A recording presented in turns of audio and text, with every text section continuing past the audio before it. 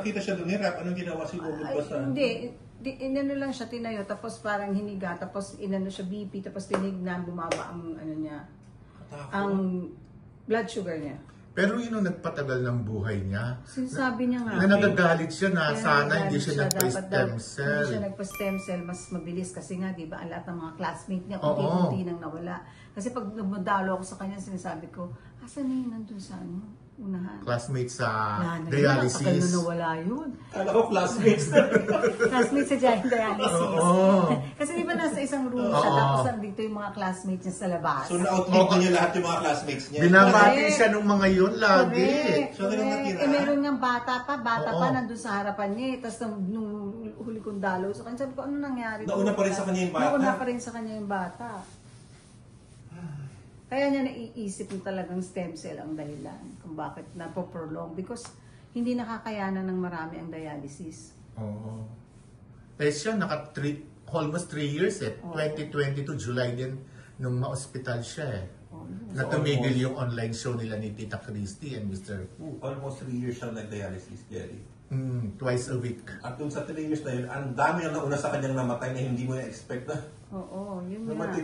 Kaya ano na siya noon, frustrate na siya. Kakausapin niya kami, parang napapagod na ako, kakadialysis. Nung itong huli niyang confinement, hindi ka nakadalaw na?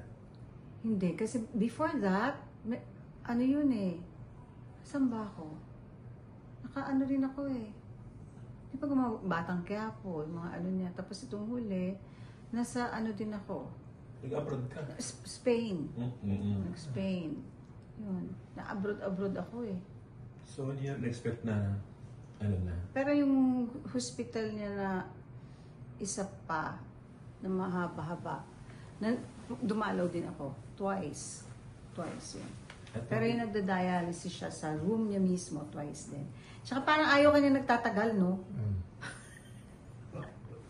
Pag dinalaw mo, parang, bilisan mo na. Ganun na dating. So, ito pinakahuli. Okay na, sige na. Ano hindi nyo rin in-expect na. Asan na mga ano ko? Ito na. Okay, ito parang, okay. Sige, tapos kikwentuhan ka ng konti. Sige, parang, tagal mo na. Naiinip na ako. Parang ganun yung dating eh. Titignan ka. Pero parang maging 46 years yung relationship niyo, parang pamilya na talaga. Oo naman. Lahat nga ng mga picture namin, di ba puro bagets pa? Oo. May picture nga kami na, ano yun yung sa Singapore, yung si Rudy, nasa gitna ako, tapos siya, sigarilyo mo nakaganyan siya, ano ang lola mo na, parang ano siya, madrastang milyonarya ang dating, bilyonarya. Yun. Doon kami unang heart to heart kasi ayaw niya sa akin. Iba ang gusto niya.